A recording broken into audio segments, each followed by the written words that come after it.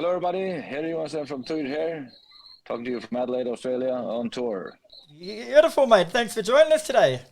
My pleasure, man. My pleasure. So, after 2.5 years of trying, mate, TYR finally landed in Australia last week to start your tour. So, was there any point during those 2.5 years where you thought that it might not actually happen? Yeah, I think. No, not really. I mean, hard to say. It might not have happened for any number of reasons. I mean, low ticket sales, and some other things. So there was always a chance Australia might not happen. I think we've tried to book tours here before. I mean, years ago, and it just didn't come through for financial reasons. Same for some other places. So there's always the odd chance that it might not happen. But for the COVID, I think I always had in mind that would clear up eventually. Yeah, cool. And the first show was in Brisbane at the Back Room last Wednesday night. So tell me, what was running through your mind as you were standing on the side of the stage there waiting to go on and the crowd were all fired up? Like, what were you thinking? I thought these Aussie cunts are absolutely electric. And the crowds have been just unbelievably good.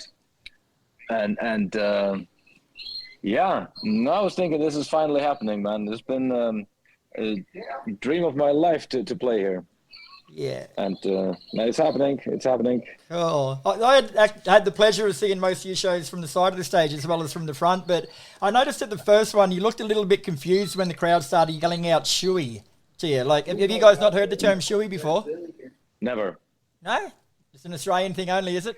I mean, we live in the Faroes. It might be an English thing for all I know.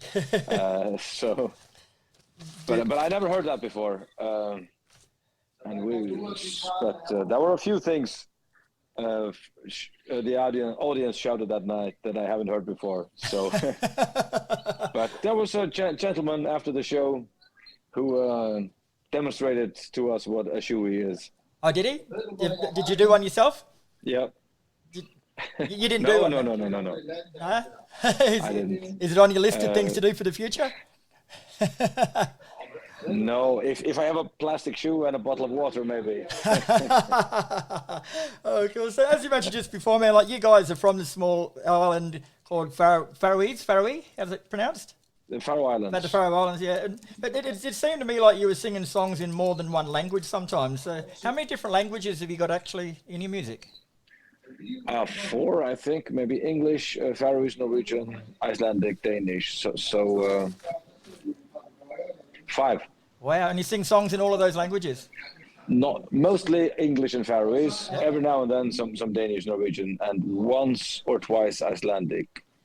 Right. So mostly English. Second most Faroese. Yeah. So I noticed there's large sections of the crowd was singing most of the songs back at you, even though they had no idea what you were even saying. Like that's got to be pretty cool to look at. It's very encouraging that people will go to the lengths of learning the lyrics in a different language, but it also gives me some room to make mistakes, because if I make a mistake in Faroese, nobody notices. I can just mumble my way through a verse I've completely forgotten. I didn't think of it like that. Oh, yeah. And most people I've spoken to about TYR have called you guys a folk metal band, but after seeing a few of your shows, Matt, I think that limits your overall sound and character a lot. Like, how would you describe it? I think we have a unique sound to our own, and I don't think we sound just like any other band out there. You can call it folk metal if you like. There's folk music in it. It's based on folk music partly, but it's also based on progressive metal, classical music, just ordinary heavy metal. So I don't know. I if people need to put a label on it, Viking, folk, pagan metal is the usual one. Yep. That doesn't really tell you what the music sounds like, I think. So it's kind of useless. I leave it to the journalists and the record label. Right.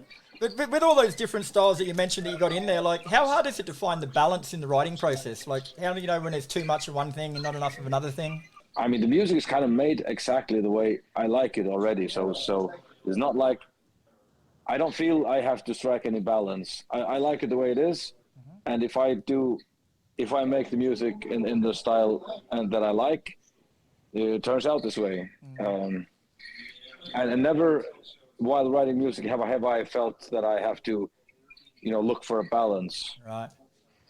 So that is not an issue with the songwriting here. Very cool. So there was one moment that stood out for me a lot, like during your show in Sydney, and it's when you affectionately called the crowd a pack of cunts, basically. So it was almost like a proud dad moment for me. You went from 3 days earlier not knowing the word, and then all of a sudden you're using it liberally. It was great.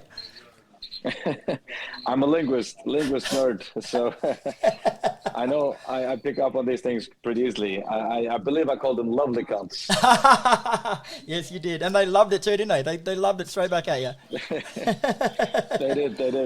So the tour's got one show to go tonight in Adelaide. So by the time this comes out, you would have finished up. But what's the highlight of the tour so far for you? Probably seeing the Sydney Opera House. Of course, just. The crowds every night have been absolutely stellar, and that's a highlight in itself. We haven't had time to see much else than the Opera House, so I suppose that was the highlight. Brisbane City Centre is quite beautiful. Hey, brother.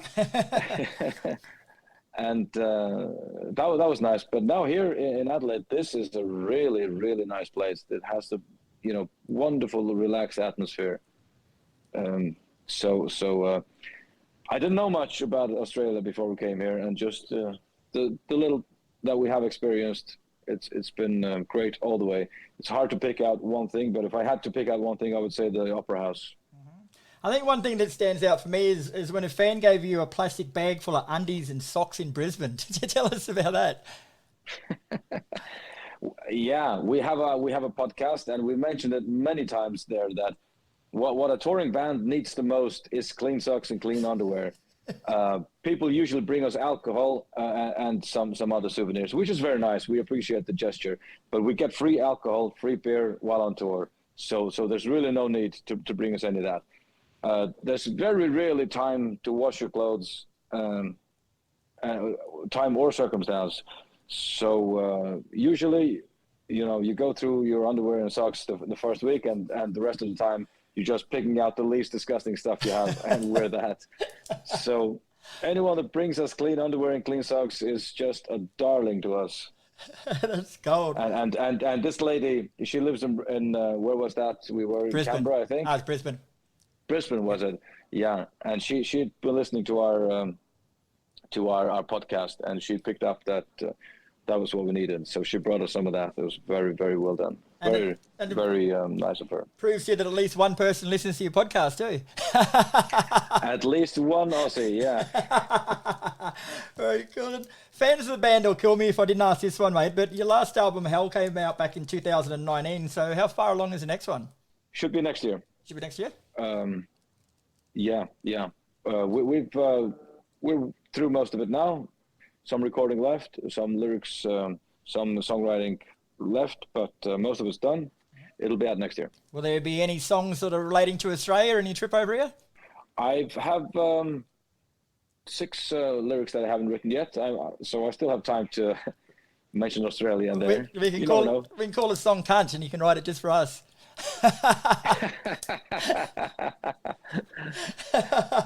All right, man. Well, that's all I got for you today. It's been an absolute pleasure talking to you. Lovely to meet all you guys too, mate, and hopefully catch up with you again in the future. You too, man. It was very good to meet you. No worries, man. Take care for the rest of your trip, bro. See you soon. See ya.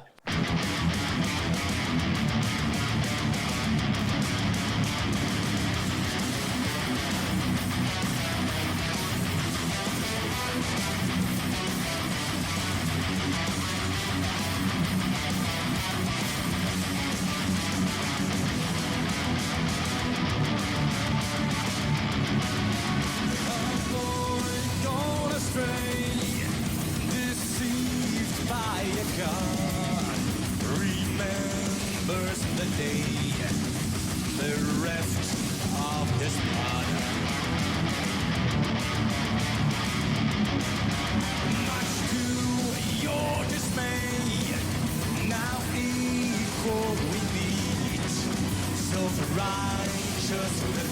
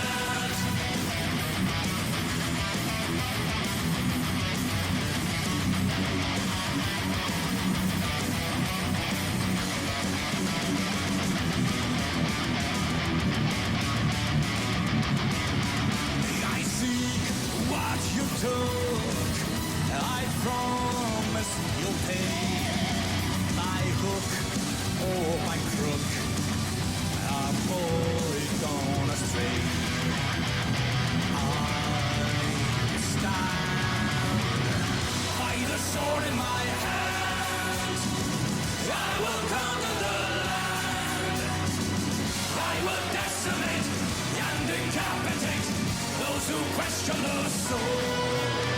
I stand by the sword in my hand. I will conquer the land. I will desolate and decapitate those who question the soul. In my hand I hold the final truth of all eternity. Half is to include my own superiority. Mischief of the past has come to seal and destiny. Kneel before me now or I will hear your head for heresy.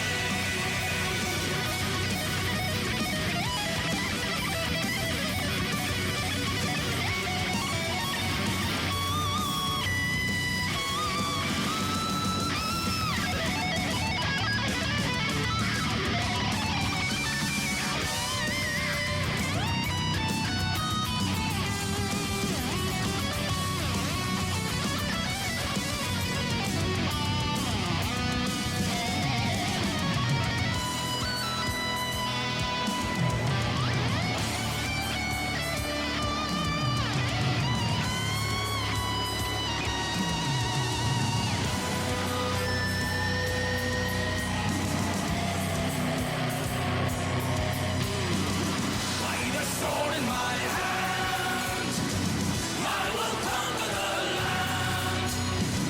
I will decimate and decapitate those who question the soul. I stand by the sword in my hand. I will conquer the land. I will decimate and decapitate those who question the soul. In my hand I hold the final truth of all eternity. Half is to include my own superiority. Mischief of the past has come to seal a destiny. Kneel before me now